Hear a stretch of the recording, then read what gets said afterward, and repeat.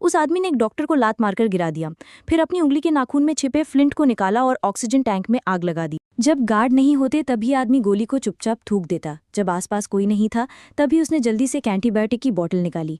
उसने बोतल में एक पतली सी डोरी बांधी और उसका दूसरा सिरा अपने दांत से जोड़ दिया। इसके बाद उसे निगल लिया ताकि दवाई उसके गले में छुपी रहे। फिर उसने एक लाइटर निकाला और उसमें से फ्लिंट निकालकर अपनी उंगली के नाखून में छिपा लिया ताकि उसका प्लान बिल्कुल फेल न हो। उसने अपने जूते के फीते से अपनी कलाई कसकर बांध ली, फिर अपना अंगूठा टेबल के किनारे पर रखा और पूरी ताकत से उस पर पैर मार दिया। जल्दी उसे अस्पताल ले जाया गया जहाँ उसकी बोन मैरो सर्जरी होनी थी।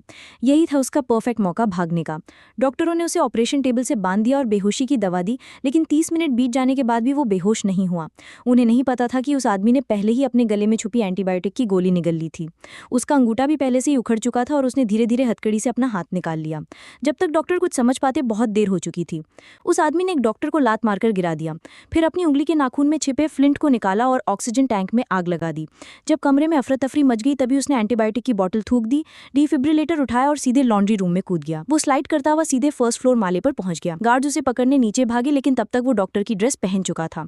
जब पुलिस लॉन्ड्री रूम पहुंची वो पाइप से ऊपर की मंजिल पर जा चुका था। फिर उसने एक डॉक्टर को पकड़ लिया, उसे मजबूर किया कि वो उसके पैर की जंजीर को लेजर पेन से काट दे। तब तक अस्पताल के सारे दरवाजे लॉक कर दिए गए थे, लेकिन वो सीधा ऑक्सीजन रूम में गया और जानबूझकर वहां एक लाइटर फेंका।